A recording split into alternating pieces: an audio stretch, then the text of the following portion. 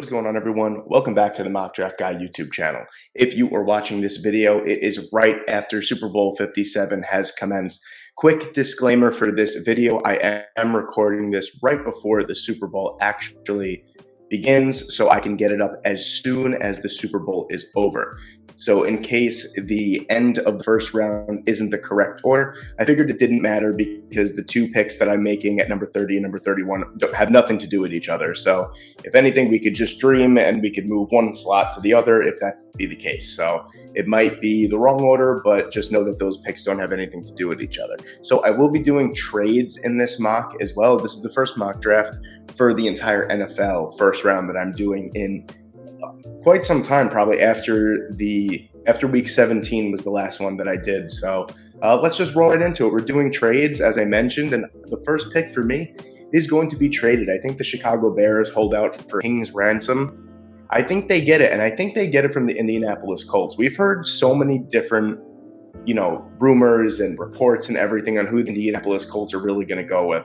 So now that we know that they're hiring Sean Steichen, we know that they are probably going to go with a quarterback with their first pick, but I think that they are going to move up to number one, so they have their pick of the litter. So I'm going to move up here. I'm going to move Indy to number one overall, and we are going to draft a quarterback. I'm not really too concerned, as you're going to see with the few trades that I'm making.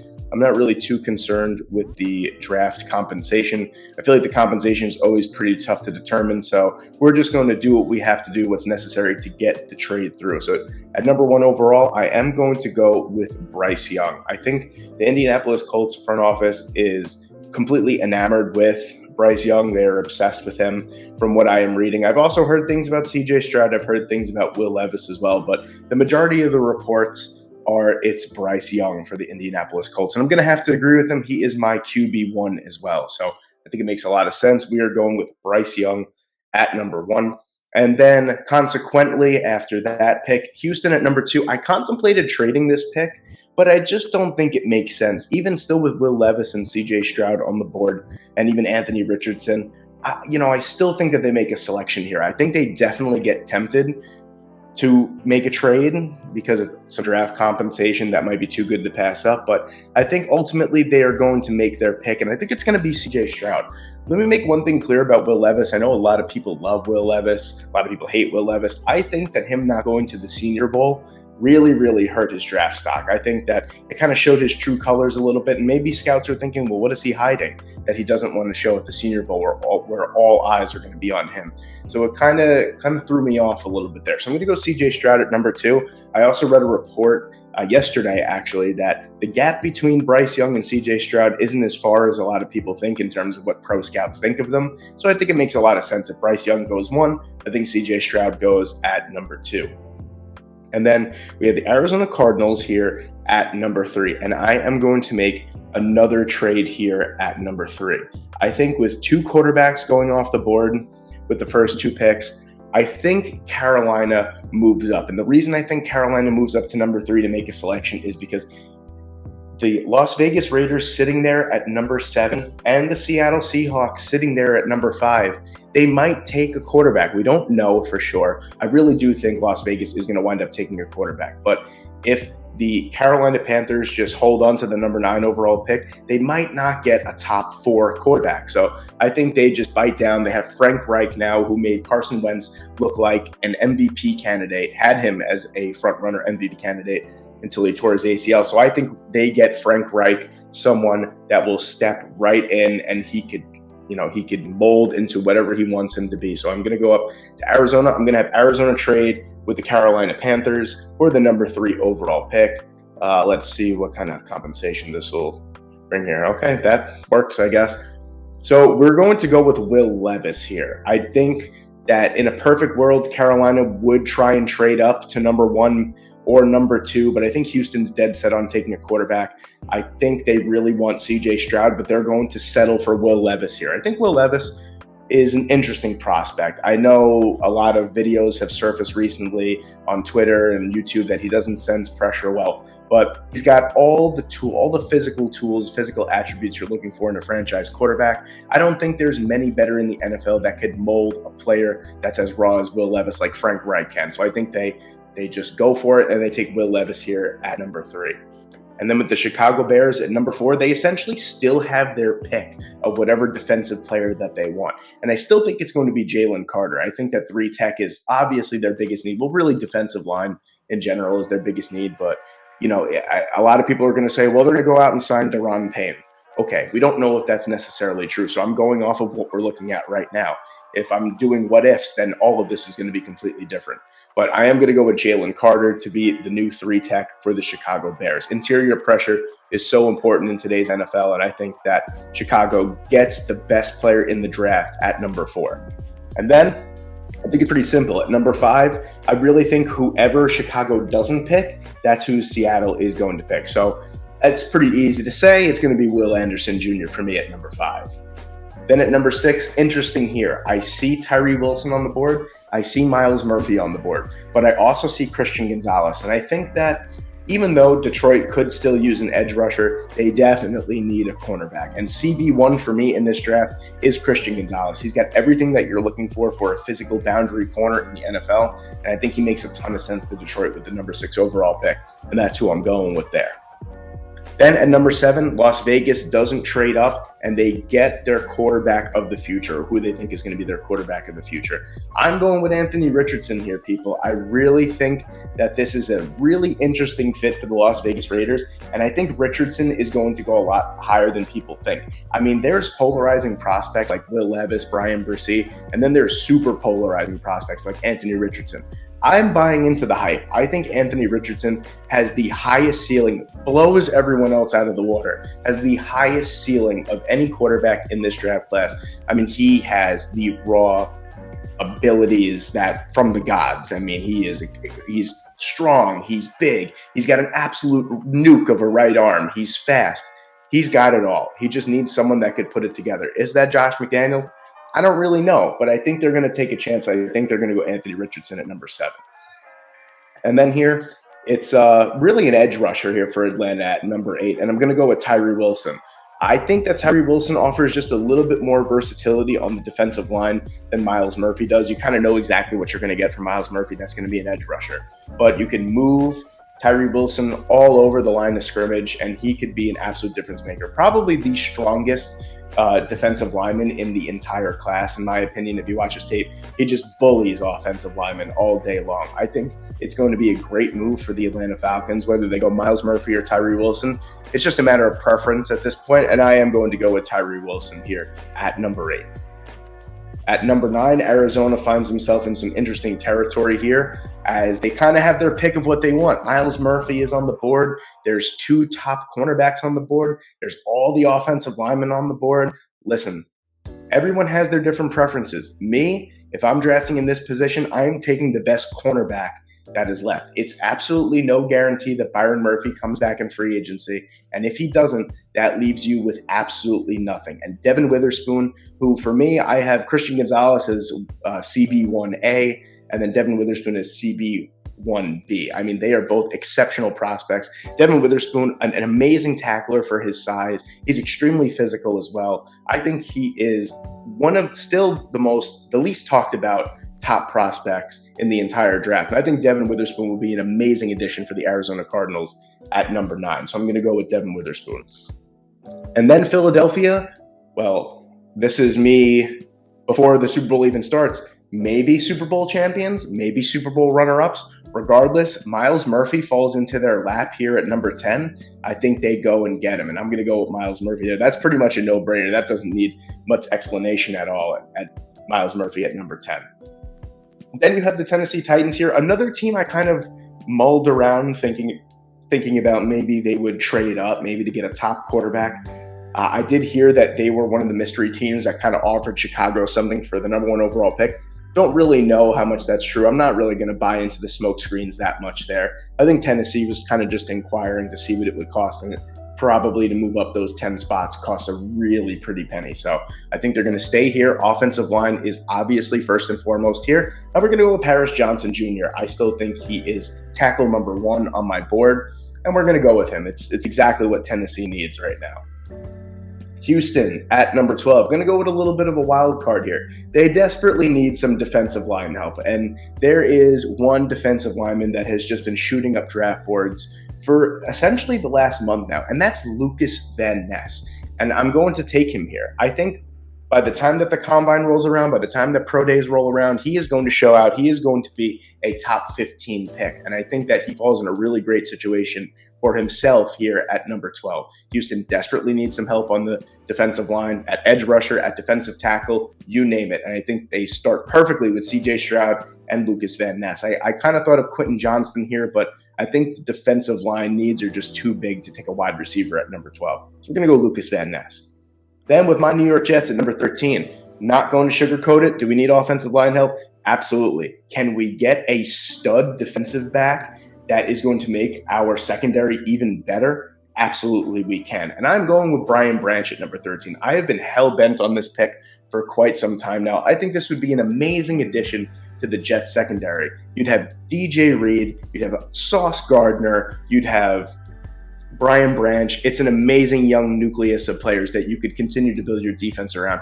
I think it makes a ton of sense. He could also come down, play nickel linebacker in sub packages. He could play a little bit of slot cornerback as well. There's a lot to like about Brian Branch to the Jets, and I'm buying in.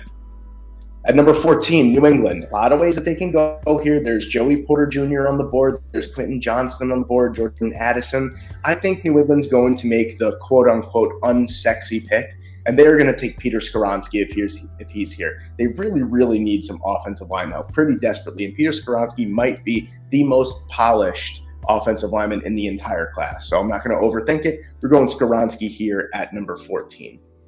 At number 15, another pick I'm not going to overthink. This is one that I've been pretty locked on for the last couple weeks, and that's Michael Mayer as tight end number 1 to the Green Bay Packers. I don't think there's a single Green Bay Packer tight end that's under contract, and I don't really think they want any of those tight ends that are under contract. So I'm going to go with Mayer for a fresh start at the tight end position for the Green Bay Packers, whoever's throwing the football to him. So we're going to go Michael Mayer here. Washington at number 16. Interesting case as well. A lot of good offensive linemen still on the board. Some great cornerbacks on the board. And Joey Porter Jr. staring at me right here. I think it makes perfect sense at number 16 to get someone like Joey Porter Jr. Still a little bit raw, but immensely talented and supremely athletic. It's a match made in heaven for me here at number 16. And then you have the Pittsburgh Steelers at number 17. I think that if I made a different selection for Washington at 16, maybe like an interior offensive lineman like John Michael Schmitz, maybe Osiris Torrance, Steve Avila, someone like that, I think I would pick Joey Porter Jr. at Pittsburgh. A lot of Pittsburgh Steelers fans really, really like Porter Jr. And I like the fit too, but he goes one pick earlier, so I'm going to settle for offensive line here. I'm going to go Broderick Jones. And if you're settling for Broderick Jones, people, that's a really good place to settle. This is a guy who took 423 pass blocking snaps last season, didn't allow a single sack. He's been excellent in the SEC for Georgia, and I think he'd be a perfect addition for Pittsburgh here at number 17. Then Detroit at pick number 18. I'm going to bite, and I know that this is going to be a controversial pick here, but I think the fit just makes a lot of sense right here, especially with the defensive line needs of the Detroit Lions. I'm going to go with Brian Bresee here at number 18. I really don't want to, but I think it's still a little bit too early to take a linebacker. I'm not going to take an interior offensive lineman this early. I'm definitely not taking a tight end. And I don't really like any of the other edge rushers that are really here at pick number 18. I'm going to go with the potential that Brian Bresee has. There's a reason why he was the number 1 overall recruit coming out of high school for his year. He's got it, and we've seen flashes of it. He's coming off of a bad injury 2 years ago. He didn't play every single game this past year, but I think someone's going to bank on his potential. I think it might be the Detroit Lions. So I'm going to go Brian Bresee here at number 18. Then we're moving on to Tampa Bay at number 19. Contemplated trading this pick here just because I think Tampa Bay is in kind of a weird situation, but there's an amazing cornerback that's still on the board right here, and I think we got to go for it, and that's Cam Smith. Arguably, a lot of people CB1. He is awesome. SEC battle-tested cornerback, good size, good strength, amazing in zone coverage as well. It's perfect. I don't think they have money to pay all their big-time free agents, and they're going to have to let someone go. So I'm going to go with Cam Smith here at number 19. And then at number 20, I'm going to make a trade. With no wide receivers still off the board at this point, 20 picks in. I think we have a team bite, and we have a team bite and come up and finally make one of those selections. And for me, that's going to be the New York Giants. I know some people are going to say, well, why would you trade up only 5 spots to get them? I mean, but look at who's next. You got the Chargers, who could potentially take a receiver, Baltimore, who's going to probably take a receiver, Minnesota, who might take a receiver, and then Jacksonville as well, who could take a receiver. So, if you stay at number 25, you might miss out on all those great guys in the first round. So I think they just pulled the trigger and they go and they move up and they get the number 1 wide receiver on the board. It shouldn't take too much to get this pick, probably like a 4th rounder, a 4th and a 6th will probably do it. Yeah, it will, to move up 5 spots. And I'm going to take Quentin Johnston here. This solves, well, not really solves, but it certainly helps the New York Giants boundary wide receiver issues. 6'4", 215 pounds, can run like the wind as well. There's a lot to like about him. There's a couple things not to like, but I think that you bank on the potential and you get your potential wide receiver 1 in the draft at pick number 20 for the New York Giants. And then the Chargers at pick number 21. I have been pretty adamant about this pick for a couple weeks now. I'm going with Dalton Kincaid. I think that there's a very real possibility that this pick could also be Michael Mayer, that maybe Kincaid might even be tight end 1. It depends on how well he shows out at the combine and his pro day. But I think Kincaid right here at number 21 would be an excellent addition for the Los Angeles Chargers. I mean, they still right now have Keenan Allen. They have Mike Williams. Yeah, they got great guys on the outside, Josh Palmer, DeAndre Carter as well.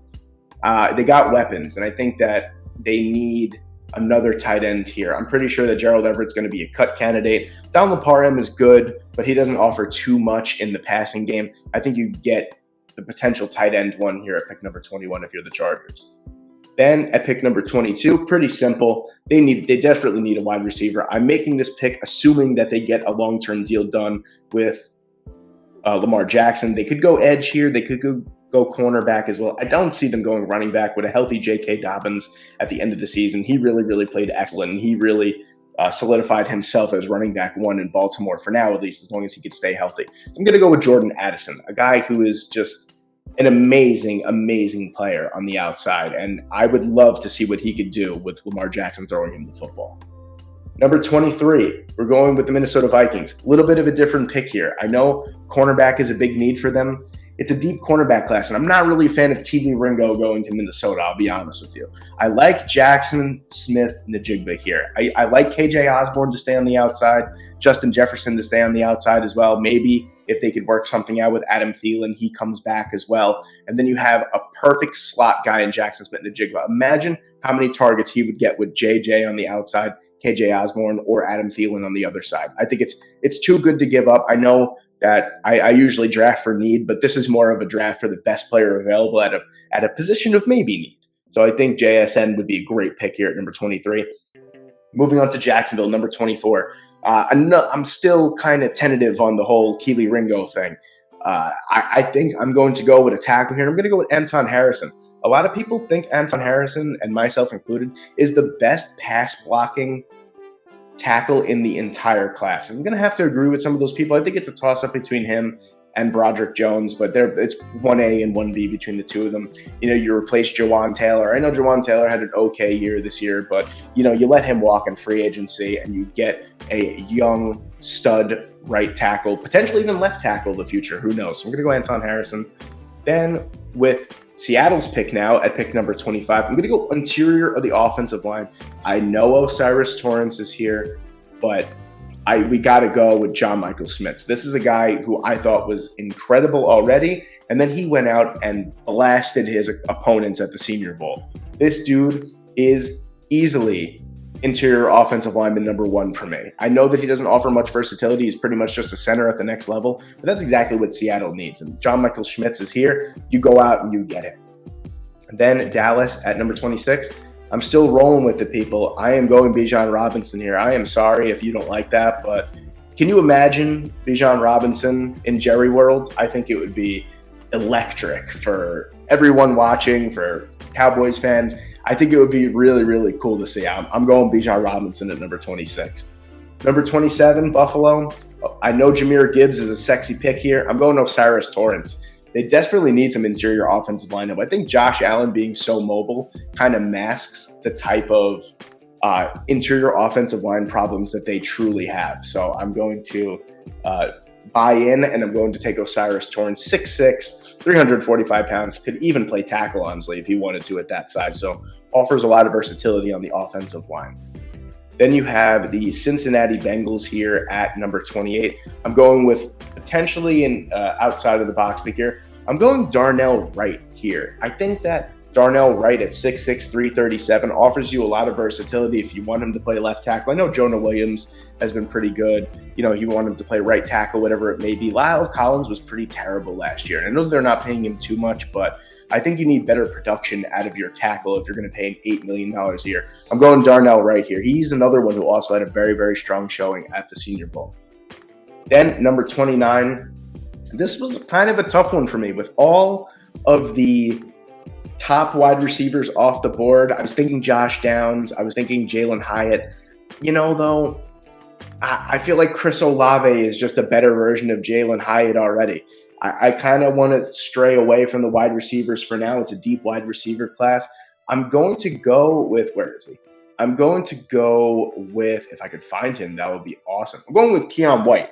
Keion White is another guy who is flying up draft boards, 6'5", 286, 290, depending on, you know, what report you're looking at. This is a guy that could play on the interior as well on a 4-3 if you want as an undersized, maybe 3-tech pass rushing defensive tackle, or he's a stud on the outside as well. They have a lot of needs on the defensive line. They have essentially no money to spend. I think this pick, if they stay here at number 29, is a defensive player, and I'm going with Keion White. And then with the maybe Super Bowl champion Kansas City Chiefs, I am going with Jalen Hyatt. I think that this is an amazing, amazing proposition. You have a guy who is a pure deep threat, pure speed on the outside, paired up with Patrick Mahomes. Yeah, I'm buying into that. I'm taking Jalen Hyatt. And then at number 31 for maybe the Super Bowl champions, this is where Kelee Ringo stops falling. I think that if Kelee Ringo is there at number 30 or number 31, doesn't matter for me. I think you go out and you get him if you're Philadelphia. You're essentially still playing with house money. You got one of the best edge rushers in the entire draft at number 10, somehow fell to you at number 10. I think you go and you get a guy that potentially, with his ceiling, could be CB1 in this class. I don't think he is, but he has the potential at his size and speed. So I'm going Kelee Ringo there. And there you have it. There is my after Super Bowl 2023 NFL mock draft. Let me know what you guys think with trades. Let me know what you guys think in the comments section below. Please leave a like. Please comment. Please subscribe to the channel if you haven't already. Thank you guys so much for watching today. I hope you enjoyed the Super Bowl. I hope you enjoyed this video, and I will see you in the next one.